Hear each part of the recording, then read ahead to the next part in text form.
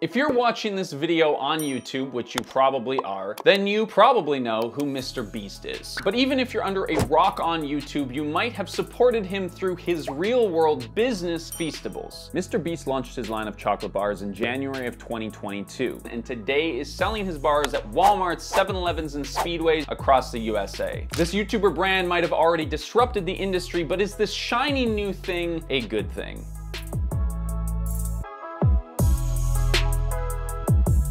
It is kind of hard to fathom just how big this brand has come from, considering it was started by a guy who made his first viral video counting to 100,000 in his basement. 418, 419, 420, 420. Oh, that's a milestone. Now, the scale of this enterprise is pretty unbelievable, but Mr. Beast is not the first YouTuber to start selling real products to their audience in the real world. In the olden days of YouTube, the traditional way for YouTubers to make money was through brand deals and maybe selling merch like hats and t-shirts and stuff. Some also launched their own specialty product lineups like makeup or clothing brands. And then there's channels like ours that have to fund themselves partially through Patreon because a lot of brands don't want to work with us. Link is down in the description. But lately, there is a new trend amongst YouTubers with massive followings, and that is consumable products. Now, you might remember that we've made a few videos about Logan Paul's disaster beverage, but there's also other ones out there releasing pizza sauces and alcoholic beverages and coffee bags. In addition to this, there is a product that's not necessarily consumable, but we can't not mention, which is these things called Blippi toys, which is very interesting, I guess. Kids channels on YouTube are still so weird to me. But here's the thing, Mr. Beast is the second largest YouTube channel on the planet. And so when he does something, you know, it takes on a bit of a life of its own. As of the making of this video, Mr. Beast is at 175 million subscribers. And the videos that he makes sometimes get over 200 million views. When this guy does something, a lot of people pay attention, which is exactly the story with Feastables. Feastables started with a couple of chocolate bar flavors that were available in Walmart, which is already a testament to his massive influence that he started a company in the first place he was distributed was Walmart. But now the brand has branched out to other snacks and tons of other retailers like 7-Eleven and Speedway. The chocolate bars run for about $3 a pop, which is more expensive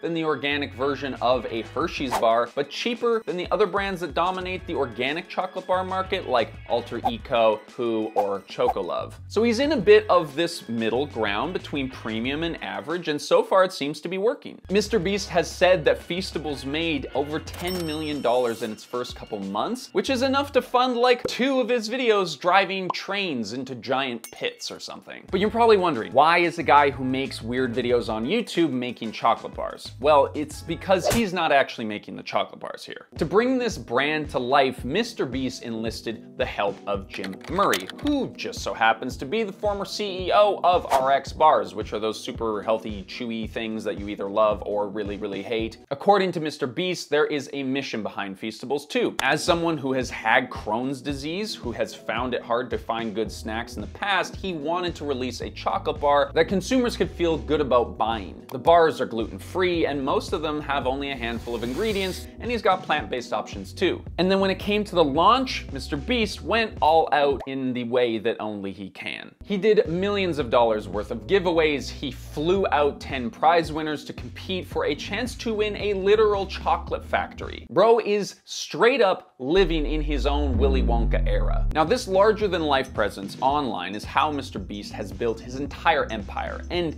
it has had a huge impact on how the Feastables brand has been designed. Now, if we roll back a little bit here, Mr. Beast, for those of you who don't know, is named Jimmy Donaldson. He has been on YouTube since he was 13 years old, and now at the age of 25, he makes videos that cost millions of dollars to produce and feature insane stunts and challenges that rival the stuff that you've seen on Netflix. But the main thing that he's known for is giving away enormous amounts of money to unsuspecting people. The brand that he's built is all about philanthropy, extreme generosity, and surprises. He's not just a regular viral bro, he's a social justice viral bro. And it works. Mr. Beast is the most subscribed individual YouTube channel in the world. He's won tons of awards. You know, if you're gonna keep giving him awards, he really needs to show up.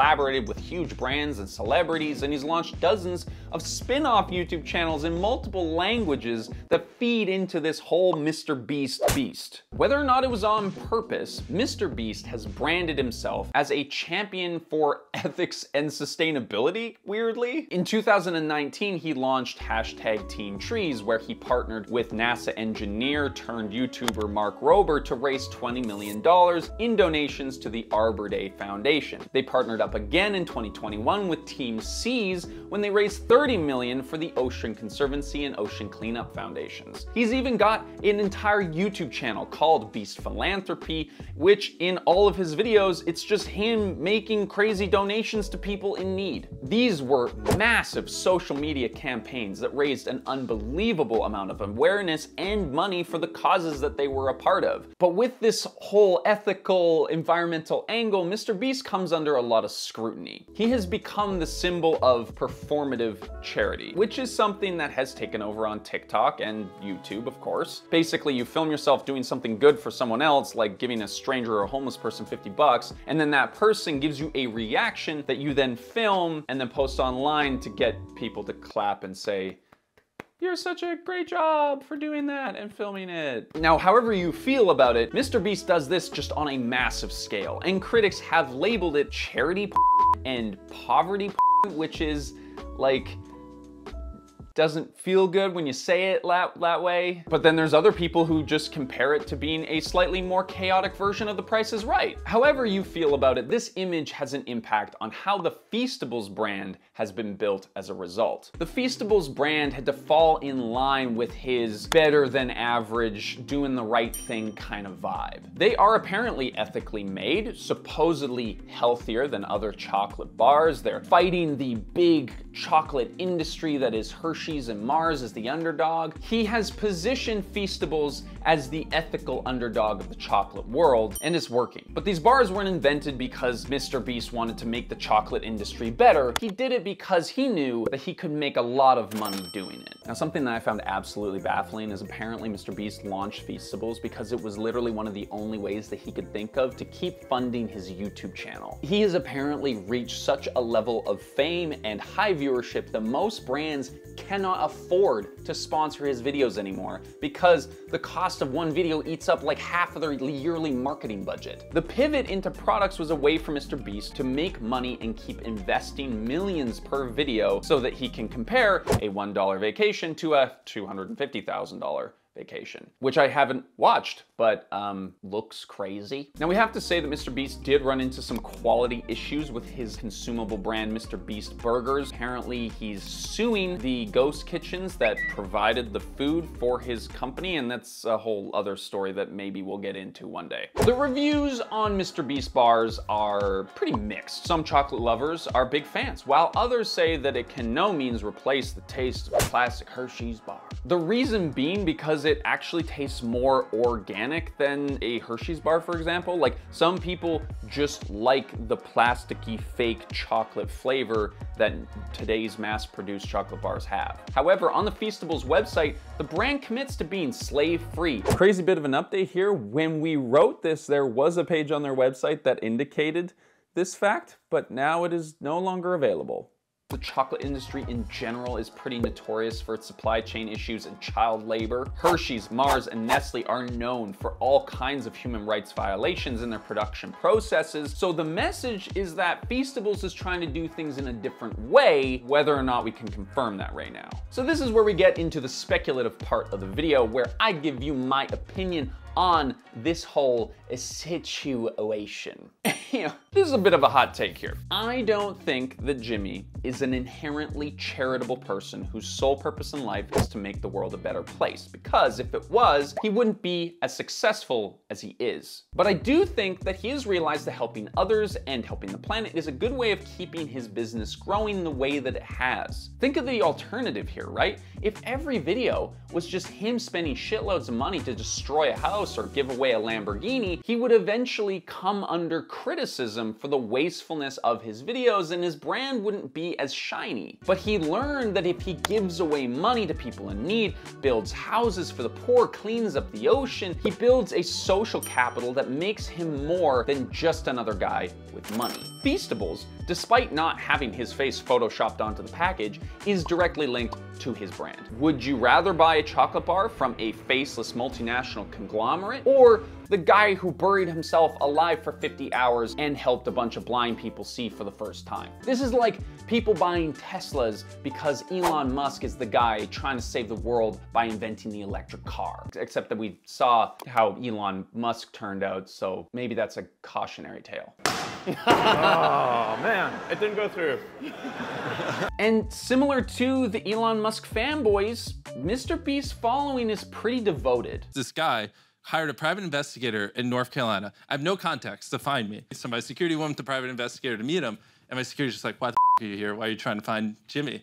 And the guy's like, I just have video ideas I really want to give him. When Feastables first launched, he asked his followers to clean up the displays whenever they saw that the chocolate bars were in the stores and they were kind of messed up. Anyone who sent him a photo of a cleaned up display would get entered to win $5,000 from Mr. Beast. Critics accused him of exploiting his followers for free labor, but his fans didn't seem to mind because they legitimately just did exactly what he asked. And here's the thing, even if the Feastables products are a bunch of bullshit and they're just made of the same crap that Hershey's uses, is it still better because you know that the money funds the YouTube channel and does all that good? Don't get it twisted, Mr. Beast is making hella money by presenting himself as the good guy philanthropist. You buying those bars puts money into his pocket, and maybe some money in the pockets of the people who are in his videos. So I guess we're just gonna have to see how this all plays out as the Feastables brand continues to grow. I don't know if it's because I'm of a certain generation or because I create content on YouTube and I think what he does is impressive, but